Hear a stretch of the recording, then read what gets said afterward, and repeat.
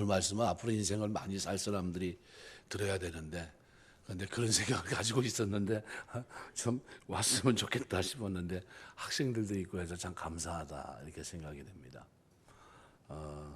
영린지화라는 말이 있습니다. 영린지화. 용이란 동물이 본성이 착해서 잘 길들이기만 하면 등을 타고 다닐 수 있을 정도로 온순하지만 목 부분에 거꾸로 자란 한자 길이의 비늘을 건드리면 용이 반드시 그 사람을 죽인다 하는 겁니다. 중국 춘추전국 시대 한비라고 하는 유색객이 있었는데, 유색객이란 말은 전국을 돌아다니면서 자기 비전을 가지고 있는 사람이 군주를 만나는 겁니다. 군주를 만나서 자신의 정치적인 비전을 소개하고 그 뜻을 펼칠 자리를 얻고자 돌아다니는 사람을 유색객이라고 말합니다. 그런데 군주를 설득하기란 보통 어려운 게 아닙니다. 때로는 군주의 이 심기를 잘못 건드리면 벼슬은 고사하고 목숨을 내어놓는 경우도 비일비재합니다. 그래서 한비는 세난이라고 하는 편에 용에게 건드려서는 안 될 비밀이 있듯이 군주에게도 건드려서는 안 될 영린이 있다 이렇게 경고합니다. 이 영린이라고 하는 건 뭐냐면 아킬레스건 같은 그 사람이 가지고 있는 단점을 우리가 얘기할 수 있습니다. 그걸 얘기하면 우리가 보통 뭐라 그럽니까? 어떤 큰 충격을 받아서 트라우마가 있는데 그걸 자꾸 들먹거리면 어떻게 될까요? 아주 굉장히 고통스럽죠. 내가 꼭 듣고 싶지 않은 말을 만약 누군가 나에게 던지고 그 얘기를 자꾸 꺼낸다면 굉장히 싫을 것 같아요. 이런 관계는 어떻게 됩니까? 그 사람이 아무리 유색객으로서 뛰어나다 할지라도 잘못하면 어떻게 해요? 죽을 수 있다는 겁니다. 이 영린이라는 겁니다. 마찬가지로 사람은 누구나 다 영린을 가지고 있습니다. 콤플렉스를 갖고 삽니다. 학벌이 됐든 외모가 됐든 지식이 됐든, 그죠? 뭐가 됐든지 간에 이 콤플렉스가 있어요. 근데 그걸 자꾸 건들면 안 갑니다. 명절 얼마 전에 지나고 났는데 요즘은 잘 결혼을 안 해요. 그죠? 젊은 사람들이 결혼을 잘 안 합니다. 그래가지고 제일 듣기 싫은 말이 뭡니까? 시집 가라, 장가 가라 소리예요. 명절 때 옵니까? 안 옵니까? 부모님 뵈러 가요, 안 가요? 잘 안 가요. 왜요?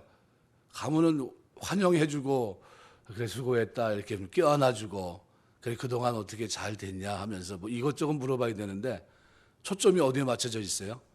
너 왜 장가 안 가? 너 왜 시집 안 가? 여기에 맞춰 있어요. 근데 그건 뭐예요? 영린 같아요. 꼭 듣기 싫은 말인데, 그걸 가지고 3박 4일이면 3박 4일 동안 귀가 따갑게 들어요. 만나는 사람마다 너 왜 시집 안 가니? 너 왜 장가 안 가니? 맨날 이 소리만 하는 거예요. 그럼 반복되다 보면 어떻게 될까요? 다음 명절엔 가나 봐라. 이렇게 됩니다. 그죠? 듣기 싫은 소리를 한 거예요. 그럼 관계가 어떻게 됩니까? 관계가 무너질 수밖에 없어요. 영린은 그래서 타고난 것일 수도 있어요. 타고났다는 건 어렸을 때부터 신체적인 구조가 작다든가 아니면 귀가 크다든가, 어떤 친구는 어머니가 그 태중에 있을 때 염소를 먹었대요. 하얗게 됐더라고요. 그 친구는 평생 살면서 어때요? 염소를 먹고 태어나가지고 그 얼굴이 하얘요. 근데 그 보면서 얼마나 스트레스 받겠어요.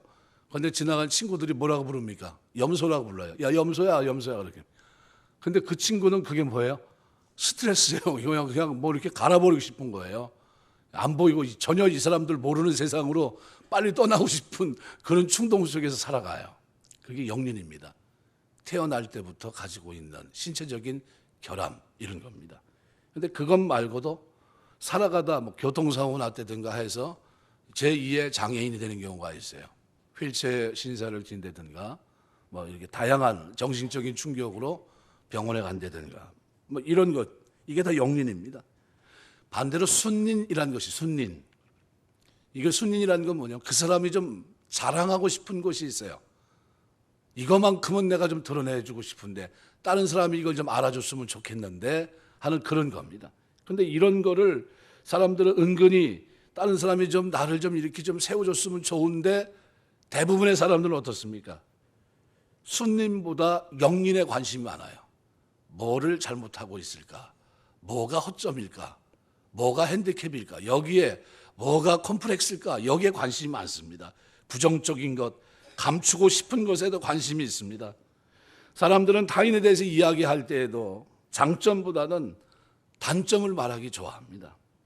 누군가의 영린을 화제에 올려서 그리고 서로 웃어대요. 쾌감을 느낍니다.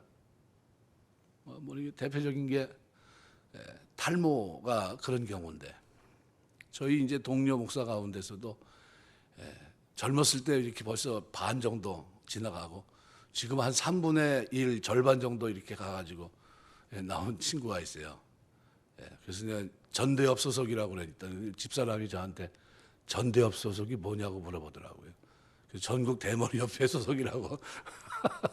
근데 웃어요, 집사람이. 한 번은 같이 그 친구하고 목욕탕을 갔는데, 그 목욕탕 그 냉탕에서 여름에 한번 누가 헤엄을 친 거예요. 쭉 이렇게 헤엄쳐가지고 잠수해서 쫙 나오는데 이렇게 머리를 딱 보니까 오징어 한 마리가 오는 것 같은 거예요. 야, 그래서 그걸 보면서 이러면 안 되는데 하는 생각이 든 적이 있어요. 이게 그 사람이 어떻게 보면 듣기 싫은 거예요. 굉장히 듣기 싫어하거든요. 그 사람에겐 영린입니다. 듣기 쉽지 않아요. 너 왜 그렇게 됐냐, 말하고 싶지 않은 거거든요. 근데 그걸 자꾸 자극을 하고 약을 올리고 자꾸 회자시켜서 친구들 만나면은 그 얘기하고 그러면 만나고 싶겠습니까? 안 만나요. 도망가고 싶어요. 누구 만난다고 그러면 거기 그 사람 오냐 안 오냐 물어볼 거예요. 왜? 그 사람 오면 또 그 얘기할 거니까. 그러니까 듣기 싫은 겁니다. 그게 영린이에요. 또 순이라는 건 뭐예요? 좀 자랑하고 싶은 게 있어요. 우리 이제 목사님들 가운데 이제 여기 이쪽 지역에서 서울대 가기가 쉽지 않은데 병정고등학교 이렇게 졸업하면서 그 아들이 서울대 이제 법대 들어갔습니다.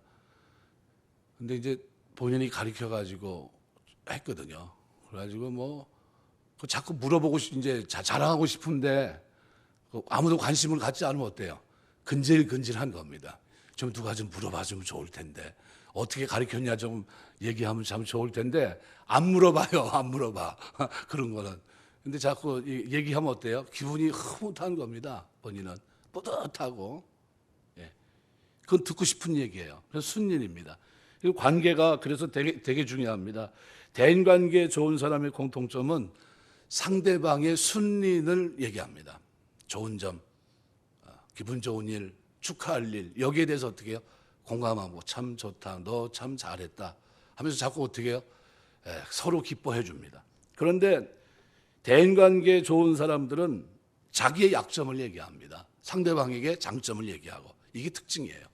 근데 반대로 대인관계가 안 좋은 사람은 자기의 장점을 얘기하고 상대방의 약점, 콤플렉스, 이걸 자꾸 건드려요.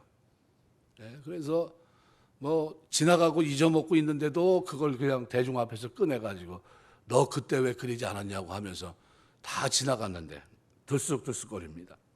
근데 왜 이런 얘기가 자꾸 회자되냐 하면, 사람은 마음에 이 기울기가 있습니다. 무슨 얘기냐면, 사람이 다른 사람을 판단할 때 보통 두 가지 잣대가 이용이 됩니다. 하나는 지성의 작용인 인식, 또 하나는 정서의 작용인 마음의 기울기입니다. 이건 마음의 기울기라고 하는 것은 좋아하는 감정으로 치우치는가, 싫어하는 감정으로 치우치는가 하는 겁니다. 쉽게 말하면 이런 겁니다. 어떤 사람이 참 말이 많아요. 말이 많았는데 이 사람에게 내가 마음 기울기가 그 사람에겐 항상 어떻게 해요? 흐뭇합니다. 그 사람만 봐도. 왜요? 그 사람은 나에게 호의적이니까. 그러니까 이런 사람들은 말이 많아도 마음 기울기가 그쪽으로, 좋은 쪽으로 서 있으니까 뭐라고 얘기합니까? 아니 참 발랄하다. 참 말이 많아도 참 들을 게 많다. 이렇게 좋게 평합니다. 그런데 마음 기울기가 싫어하는 쪽으로 가 있으면 어떻게 됩니까? 이렇게 말이 많고 수다가 많고 하는 걸마다, 말하는 것마다 다 이상한 얘기만 한다고 하면 사람을 끌어내려요. 또 예를 들어서 그렇습니다. 일단 어떤 사람은 일을 저지르는 사람이 있어요. 성격이 급해서. 그러면 마음 기울기에 따라서 그걸 좋아하는 사람은 뭐라고 표현합니까? 도전 정신이 있고 사람이 참 빠른 게 너무 마음에 든다고 이렇게 얘기합니다. 그런데 반대로 마음 기울기에 따라서 싫어하게 되면 무모한 사람이라고 표현합니다. 생각하지도 않는 사람이라고. 저 사람 앞뒤 안 보는 사람이야 하면서 어떻게 될 수 있으면 안 좋게 평가합니다. 똑같은 정보인데도 마음 기울기가 어떻게 좋아하느냐 싫어하느냐에 따라서 어떻게 좀 차이가 있어요. 그래서 인간관계에서 중요한 것은 저 사람이 나를 좋아하느냐 싫어하느냐 하는 겁니다. 그래서 좋은 인상을 남기려고 애쓰는 것에 몇 배로 나쁜 인상을 심어주지 않기 위해서 우리가 노력해야 됩니다. 노력해야 돼요. 나쁜 인상은 바로 싫어하는 감정을 불러오기 때문입니다. 그 사람이 나를 볼 때 그 싫어하는 감정으로 봐요. 그러니까 내가 아무리 잘하고 아무리 좀 뭐 올바른 위치에 있어도 그 사람은 나를 보는 기울기가 어떻게 돼 있어요? 싫어하는 쪽에 서 있어. 싫어하는 쪽에 모든 게 다 어떻게 해요? 그쪽으로 생각해. 그쪽으로 말이 되고 그쪽으로 발전이 돼가요. 쟤는 틀렸어. 그게 전제입니다. 쟤는 안 돼. 그게 전제가 돼요. 싫어하기 때문에. 좋아하면 어떻게 해요? 쟤는 괜찮아. 사람이 모든 게 다 신뢰할 만해. 이렇게 됩니다. 그러니까 이게 굉장히 중요합니다. 사람들에게 나쁜 인상을 심지 않기 위해서 반드시 주의해야 하는 일이 있는데 그것은 뭐냐 하면 영린을 건들지 않는 겁니다. 그 사람이 싫어하는 거, 콤플렉스, 그 사람이 제일 듣기 싫은 거, 이런 걸 어떻게 해요? 건들지 말아야 됩니다. 역으로 호감을 사기 위해서는 어떻게 해야 됩니까? 그 영린을 오히려 감싸줘야 돼요. 다른 사람은 그 사람을 어떻게 해요?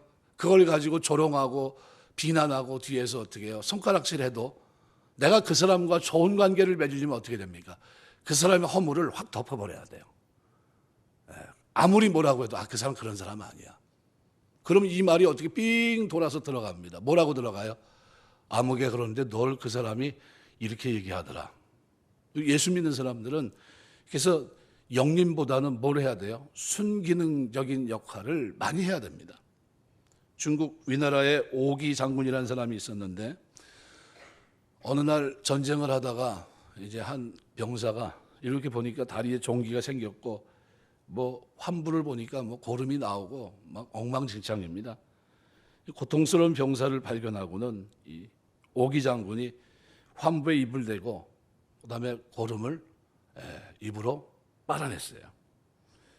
그런데 이 소식을 들은 그 병사의 어머니가 땅을 치고 통곡을 합니다. 아니 이거 굉장히 좋은 일 아닙니까? 근데 의아하게 생긴 사람들이 어머니에게 물었어요. 아니 오기 장군이 어떤 사람입니까? 병사 한 사람 한 사람을 제 목숨처럼 아끼는 분이고 다른 사람들을 쳐다보지도 않는데 오기 장군은 그 고름을 직접 자기 입으로 빨아내줬는데 감사는 못할 망정 왜 대성통곡을 하십니까? 이렇게 질문합니다. 그랬더니 그 어머니 하는 말이 작년에 우리 오기 장군님이 우리 남편의 고름을 입으로 빨아줬다는 게 거기에 감동한 우리 애아버지가 장군의 은혜에 보답하고자 자기 목숨을 돌보지 않고 싸우다 전사했다는 겁니다. 그런데 지금 또 자기 아들의 고름을 오기 장군이 또 빨아준 거예요. 이 애가 언제 죽을 줄 모르니까 얘가 또 감동해가지고 나가서 전쟁에서 이 은혜를 어떻게 갚을까 하고 분명히 그렇게 하다 보면 죽을 텐데 그래서 내가 울고 있습니다. 이 오기 장군이요 전쟁을 76번 했는데 12번 비기고 64번을 다 승리를 거두는 전적을 가집니다. 왜 그랬을까요? 사람을 다룰 줄 알아요. 사람의 마음을 살 줄 아는 거예요. 사람의 마음을 살 줄 아는 사람이었다는 겁니다. 제가 오늘 말씀드리고 싶은 거는 예수님의 대화법입니다. 예수님은 말의 위력과 약점을 건드리면 반발하는 인간의 성향을 너무나도 잘 알고 계십니다. 왜요? 창조주 하나님 만드신 분이기 때문에 그래요. 바울을 회심시킬 때 사도행전 9장 말씀 한번 볼까요? 한번 1절에서 5절까지 이렇게 돼요. 사울이 주의 제자들에 대하여 여전히 위협과 살기가 등등하여 대제사장에게 가서 다메섹의 여러 회당에 가져갈 공문을 청하니 이는 만일 그 도를 따르는 사람을 만나면 남녀를 막론하고 결박하여 예루살렘으로 잡아오려 함이라. 사울이 길을 가다가 다메섹에 가까이 이르더니 호련히 하늘로부터 빛이 그를 둘러 비치는지라. 땅에 엎드려져 들으며 소리가 있어 이르시되 사울아 사울아 내가 어찌하여 나를 박해하느냐 하시거늘 대답하여 주여 누구시니까 이르시되 나는 내가 박해하는 예수라. 네. 예수님의 대화 속에서 뭐 특징적인 게 있습니까? 예, 막 야단치는 장면이 나옵니까? 내가 어떻게 이럴 수 있느냐? 어떻게 예수 믿는 사람들을 잡아 죽이려고 다메섹으로 향하고 있느냐? 스데반의 옷을 지키면서 네가 어떻게 그럴 수 있느냐 하면서 야단치신 것이 있습니까? 그것은 예수님 앞에 사울, 변화되기 전에 사울의 모습은 이거는 어마어마한 영린이에요. 그죠? 지적하면 어떻게 해요? 그것이 하나님이라고 한다면, 하나님 앞에 이 문제가 거론이 된다면 죽어 마땅한 겁니다. 그죠? 몇 번 죽어야 될까요? 100번, 1000번, 10,000번 죽어도 할 말이 없어요. 왜요? 철저히 원수니까. 그런데 그 예는 얘기하지 않았어요. 아주 부드럽게 얘기하십니다. 사울아 사울아 왜 내가 나를 핍박하느냐? 누구십니까? 네가 핍박하는 예수다. 이렇게 얘기하세요. 그리고 인생이 깨집니다. 베드로에게는 어떠했습니까? 3번이나 부인했던 그 베드로에게 요한복음 21장에 낙심한 베드로를 다시 세우시는 예수님 보십시오. 네가 어떻게 계집아이 앞에서 그렇게 나를 맹세하고 그렇게까지 할 수 있느냐 이렇게 하지 않으셨어요. 너 어떻게 3번씩이나 그럴 수 있느냐? 내가 아무리 그렇게 얘기를 했지만 그렇다고 해서 네가 그럴 수 있느냐 하면서 그런 걸 얘기하지 않았어요. 이거는 베드로가 감추고 싶은 영린입니다. 콤플렉스예요. 큰 죄입니다. 근데 그 얘기 안 하세요. 그리고 오히려 뭐라고 얘기합니까? 내가 나를 사랑하느냐? 내가 나를 사랑하느냐? 이것만 물어보세요. 그때 그 말을 들으면서 베드로가 자기 잘못을 뉘우칩니다. 새로운 존재로 변화되고 그리고 목숨을 버리기까지 예수님을 사랑하는 사람으로 바뀌어요. 그런데 그 장면에서 예수님이 베드로의 잘못된 그 감추고 싶은 그 영린을 드러내셨어요? 드러내지 않으셨어요. 그걸 오히려 어떻게 해요? 덮으셨어요. 그리고 그를 어떻게 해요? 품어주십니다. 내가 나를 지금도 사랑하느냐? 질문하셔요. 내가 주를 사랑하는지 주께서 아시나이다. 내 양을 먹이라, 내 양을 치라, 내 양을 먹이라 하면서 축복하고 있습니다. 창세기 3장 8절 9절 보면 거기에서도 하나님의 모습을 우리가 보게 돼요.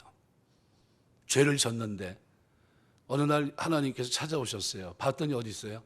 그날 바람이 불매 동산에 거니시는 여호와 하나님의 소리를 듣고 아담과 그의 아내가 여호와 하나님의 낯을 피하여 동산 나무에 숨은지라. 여호와 하나님이 아담을 부르시며 그에게 이르시되 내가 어디 있느냐. 예, 이게 얘기해 보면 어때요? 굉장히 부드러워요. 영린 뭐 했을까요? 그 전에 선악과를 따먹었어요. 그죠? 콤플렉스입니다. 그죠? 이거 알면 아시는 모르는데 그래서 그 장면에서도 예수님은 뭐 아주 부드럽게 얘기하십니다. 내가 어디 있느냐? 네가 어떻게 선악과를 따먹을 수 있느냐? 이렇게 얘기하셨습니까? 그러지 않으셨어요. 내가 어디 있느냐? 그때 뭐라고 얘기합니까? 우리가 벗었으므로 숨었나이다. 네가 벗은 것을 누가 내게 고하였느냐? 하면서 이미 그때 하셨어요. 그리고 그에게 어떻게 하십니까? 가죽옷을 지어 입히세요. 네. 아주 부드러운 음성으로 아담을 불러주십니다. 이것이 하나님의 성품이고 우리를 다루실 때 하나님께서 단 한 번이라도 우리의 약점을 쥐고 흔들지 않는다는 거예요. 네가 어떻게 그럴 수 있느냐 이걸 따지지 않으세요. 주 앞에 돌아오면 주님은 탕자를 맞이할 때 어떻게 해요? 네가 어떻게 그럴 수 있느냐? 허랑방탕하게 다 쓰고 이렇게 돌아올 수 있느냐? 이랬습니까? 그러지 않으셨어요. 달려와, 그죠? 누가 달렸습니까? 하나님이 달려 나오세요. 매 맞아 죽을까봐. 누가 끼어넣습니까? 탕자가요? 아니요, 하나님이 끼어넣었어요. 죽을까봐. 그리고 그를 데리고 가서 목욕은 누가 시켰어요? 하나님이. 잔치는 누가 베풉니까? 하나님이. 인장반지는 누가 줬어요? 하나님이. 하나님이 다 하세요. 순기능, 역기능은 뭐예요? 영리는 뭐예요? 네가 어떻게 그 재산을 그 많은 거를 다 허랑방탕에 쓰고 이렇게 해서 돌아올 수 있느냐 하면서 따지고 야단치고 그러지 않으셨어요. 오히려 다 덮으시고 거기에 대해서 묻지 아니하시고 잃어버렸던 아들이 돌아온 것에 대한 기쁨, 그것을 우리 하나님께서 표현하고 계세요. 우리 신앙생활을 하면서 하나님이 우리에게 대해서 이런 순기능으로 우리를 사랑하신다면, 그럼 피조물을 우리가 살아가는 동안에 하나님도 하찮은 존재인 우리를 이렇게 배려해 주시는데, 하나님의 귀한 피조물인 다른 사람의 약점을 우리가 그 영린, 그죠? 감추고 싶은 콤플렉스를 드러내면 되겠습니까? 사랑이 아니에요, 그거는. 아무리 장난이라 할지라도 그 사랑이 아닙니다. 그건 뭡니까? 죄예요. 죄. 그것은 인간관계를 세우는 겁니까? 무너뜨리는 겁니까? 무너뜨리는 거예요. 대답 좀 해보세요. 세우는 겁니까? 무너뜨리는 겁니까? 무너뜨리는 거예요. 우리 자녀들이 이 땅에 살면서 많은 친구를 만날 거예요. 그 친구들 장점이 있고 단점이 있는데, 단점은 덮어야 돼요. 장점을 봐야 돼요. 그리고 영린, 감추고 싶은 콤플렉스가 있고 잘못된 것이 있으면 어떻게 해요? 덮고 더 이상 내 입에서 나가지 말아야 돼요. 그리고 거기에 칭찬, 격려, 위로의 메시지를 가지고 대해야 됩니다. 그럴 때 어떻게 될까요? 놀라운 열매가 맺히는 겁니다. 허물을 덮어주는 사람이 돼야 됩니다. 누군가에게 어떤 콤플렉스가 있다고 했을 때 그것이 우리에게 피해를 주는 게 아니거든요. 그것을 건드렸다고 우리에게 이익이 돌아오는 것도 아닙니다. 그런데도 남의 이 콤플렉스를 건드리는 사람이 있어요. 이것은 아주 나쁜 짓입니다. 우리가 비근한 예로 노래 못하는 친구를 가지고 억지로 노래를 시켜놓고, 음치인데 나 못해요 하는 거를 억지로 시켜놓고 노래 못한다고 어떻게 해요? 박장대소를 합니다. 저 어떻게 저런 목소리가 나오냐고, 신의 목소리라고 하면서 야단을 칩니다. 막 웃고 난리가 나요. 근데 그 친구는 그게 뭘까요? 감추고 싶은 거예요. 근데 그거를 억지로 드러내는 겁니다. 그건 그렇게 하면 안 돼요. 예수 믿는 사람들은 다른 사람의 약점을 놀리거나 웃음거리로 삼아서는 안 된다는 거예요. 예수님의 사랑을 안 사람은 그렇게 살면 안 되는 겁니다. 무엇인가 타인의 약점이 보인다면 그것을 감싸주고 감춰줘야 돼요. 당장은 골려주는 재미가 아주 쏠쏠치 않게 재미있을지 모르겠지만, 그 대신 그 사람의 마음은 얻지 못하는 거예요. 그러나 그것을 덮어주면, 약점을 감싸 안고 덮어주면, 감춰준다면, 당장은 재미가 없을지 모르지만 그 대신 그 사람을 얻는 겁니다. 왜요? 그 사람은 나를 늘 어떻게 생각할까요? 나를 생각해 주는 사람으로 생각합니다. 나를 배려해 주는 사람으로 생각합니다. 그래서 큰 기업 인사 담당자가 이런 얘기를 보통 합니다. 뭐라고 얘기하냐면, 어떤 사람하고 일하시려고 이렇게 늘 관심을 갖습니까? 얘기하면 대답이 대부분 이렇답니다. 기업의 목표가 이윤 창출이지만 실제로 큰 기업의 임원들도 보면 좋은 성과를 내는 사람보다 같이 있으면 좋은 사람과 더 함께 일하려고 합니다. 같이 있으면 좋은 사람이 누굴까요? 허물을 덮어주는 사람. 허물을 덮어주는 사람이에요. 그죠? 자꾸 들춰내는 사람이 아니고, 뒤에서 욕하는 사람이 아니고, 유능하긴 한데 약점을 자꾸 건드려서 불편하게 만드는 사람과 능력은 조금 떨어지지만 여러분을 좋아하고 존경하는 사람이 있다면 그 둘 중 누구하고 일하고 싶습니까? 누구하고 있고 싶습니까? 누구하고 여행을 가고 싶어요? 후자예요. 후자. 그러면 그거를 누가 만들어야 됩니까? 우리 자녀들이 성장하면서 그런 성품을 만들어야 돼요. 그러면 그 만들면 여러분 주변에 누가 생길까요? 좋은 사람들이 많이 쌓이는 거예요. 그런데 영린을 가지고 지적질하고 계속해서 나는 이렇게 해야 된다고, 나는 직성이 풀린다고 하면서 계속해서 사람들에게 스트레스를 주고 마음에 상처를 주고 이런 사람들 주변에 사람이 있을까요? 없을까요? 없습니다. 없어요. 노회에서도 저희 목사니까 늘 보는 게 교회 목사님들하고 장로님들이에요. 노회에서도 잘못한 거 분명히 많이 있거든요. 그 잘못한 걸 나와서 날마다 지적하는 사람, 그 사람 올바라요. 바른 거 맞습니다. 그런데 주변에 사람이 없어요. 왜요? 마음 다 등 돌린 겁니다. 그래, 너 잘났다. 너 잘났다. 너 잘났다. 그래. 근데 덮어주고 이해하고 어떻게 해요? 기도해주고 그리고 다 끝난 다음에 이렇게 한마디 말이라도 따뜻한 말을 던지고 하는 사람이 있으면 그냥 친근감이 가는 거예요. 이 사람이 나를 생각해 주는구나. 얼마든지 내가 야단 맞을 자리인데 이 사람이 나를 배려해 줬구나. 이렇게 되는 겁니다. 복음서에 나타난 예수님의 모습은 우리에게 커다란 감화를 줍니다. 예수님은 주로 누굴 만나셨습니까? 세리, 창기, 죄인들을 만나셨고 그들을 회개하게 하셨는데 예수님은 그들의 지나간 죄를 지적하면서 그들을 불러 구원하신 것이 아니라 그들을 만나면 주로 뭐 하셨습니까? 먹고 마셨어요.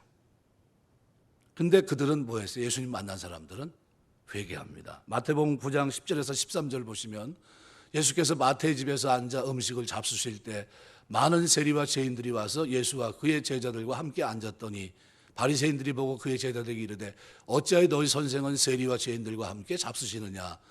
예수께서 들으시고 이르시되 건강한 자에게는 의사가 쓸데없고 병든 자에게야 쓸데있느니라. 예수님은 바로 그들 왜 뭐가 되셨습니까?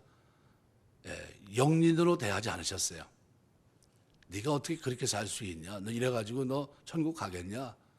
그 잘못된 걸 이게 발본색화돼야 된다면서 어떻게 야단치고 그러지 않으셨어요.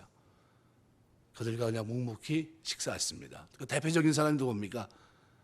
삭개오예요. 누가복음 19장 1절에서 10절을 보시면 삭개오 여리고로 들어 지나가시는데 삭개오란 이름 세리장이요 부자입니다. 그가 예수께서 어떠한 사람인가 하고 보고자 하되 키가 작고 사람이 많아 할 수 없고 앞으로 달려가 보기 위해 돌 무화과 나무 위에 올라가니 이는 예수께서 그리로 지나가시게 됨이니라. 예수께서 그곳에 이르서 쳐다보시고 이르시되 삭개오야 속히 내려오라. 내가 오늘 내 집에 유하여 하겠다 하시니 급히 내려와 즐거워하며 영접하거늘 무사람이 보고 숭고려 이르되 저가 죄인의 집에 유하로 들어갔도다 하더라.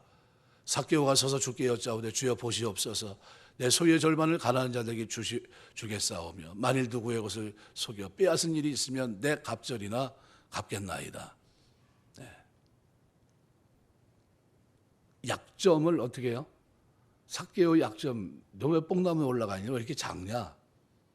듣기 싫은 말 이런 말 하지 않으셨어요.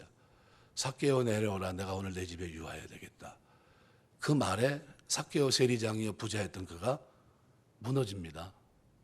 예수님을 내가 모실 수 있게 됐구나 하는 그런 것. 요한복음 4장 16절 18절에 보면 우리가 알고 있는 수가성 여인 만나는 장면이 나옵니다. 내 남편을 불러오라. 여자가 대답하여 이르되 나는 남편이 없나이다. 예수께서 이르시되 내가 남편이 없다는 말이 옳도다. 이때는 어떻게 예수님께서 영린 그가 감추고 싶었던 것을 드러냅니다. 왜요? 드러낸 이유가 있습니다. 낮에 물을 기르러 올 수밖에 없었던 다른 사람의 입에 오르내리는 것을 거부했던 여인입니다.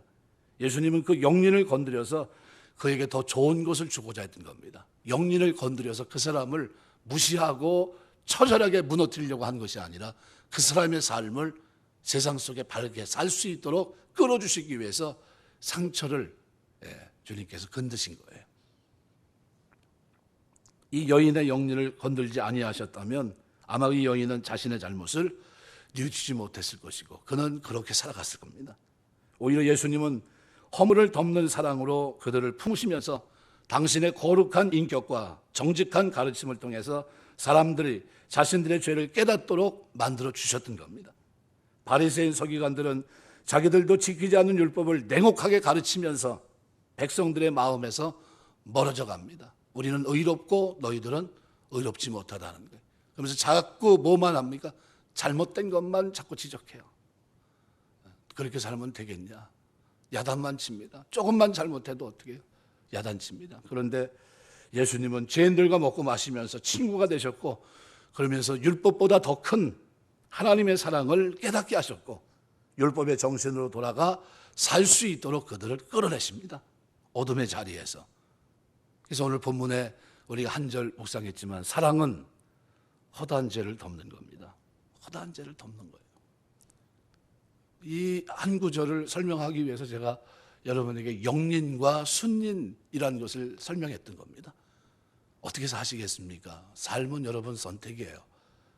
살아간 대로 되는 겁니다. 친구가 많은 이유는 왜 많아요? 내가 늘 순기능적인 역할을 내가 많이 했기 때문에 내 주변에 많은 사람들이 모일 수밖에 없는 거예요. 왜요? 나는 그들의 상처를 덮을 수 있으니까. 그들을 이해할 수 있고 그들을 위해 기도해 줄 수 있으니까. 그런데 대다수의 사람은 어떻게 합니까? 조롱하고 비난하고 깎아내리고 멸시하고 이렇게 살아갑니다. 사랑이 아니에요. 사랑은 덮는 거예요. 사랑은 덮는 겁니다. 만일 여기 강호순 같은 사람, 몇몇 사람들 죽이고 했던 그 사람이 많이 와서 예수를 믿는다고 그러면 드러내야 됩니까? 감춰야 됩니까? 덮어야 돼요. 네, 덮어줘야 돼요. 이미 다 지나갔는데 이제 새롭게 살려고 구원받고 하나님 자녀로 왔는데 자기도 철저히 회개하고 있는데 김현희 같은 사람들, 칼기 폭파범 김현희 같은 사람들 왔어요. 자꾸 드러내야 됩니까? 감춰줘야 됩니까? 감춰야 돼요. 조용히 신앙생활을 할 수 있도록. 그에게 얼마나 큰 충격입니까? 내가 얼마나 많은 사람을 죽였나 하는 생각이 있을 거 아니에요. 덮어줘야 돼요. 그리고 그가 하나님 앞에 조용히 나가서 섬길 수 있는 길을 열어줘야 됩니다. 이것이 우리를 그걸 사랑하는 거예요. 그것이 베드로전서 4장 8절 무엇보다도 뜨겁게 서로 사랑할지니 사랑은 허다한 죄를 덮느니라. 사랑은 죄를 덮는 겁니다. 여러분의 주변 이웃을 영린과 같은 콤플렉스를 덮어주는 게 사랑이에요. 그것이 보이면 기도해주고 그것을 위해서 섬기는 것이 뭡니까? 사랑이에요. 사랑받고 싶은 만큼, 용납받고 싶은 만큼 다른 사람을 사랑하고 그 죄를 덮어야 돼요. 남의 약점을 화제거리로 삼고 잠깐 동안 웃을 수 있겠지만 그것은 사랑이 없다는 증거입니다. 나는 저 사람을 사랑할 생각도 없고 나는 내 속에 그리스도의 사랑이 없다는 거예요. 우리가 주님을 섬기며 사는 동안 이 한 구절 앞에 내 삶을 조명해 볼 때 나는 어떤 사람인가, 약점을 보면서 자꾸 들춰내는 사람은 아닌가, 그러기보다는 덮어주고 기도해 줄 수 있는 이 사람이 그리스도의 사랑이 그 속에 있는 사람입니다. 그래서 평생을 끌어안고 아파하는 사람, 그런데 나는 장난삼아 그것을 건드리고 즐거워했다면 그것은 우리가 용서를 빌어야 될 잘못인 겁니다.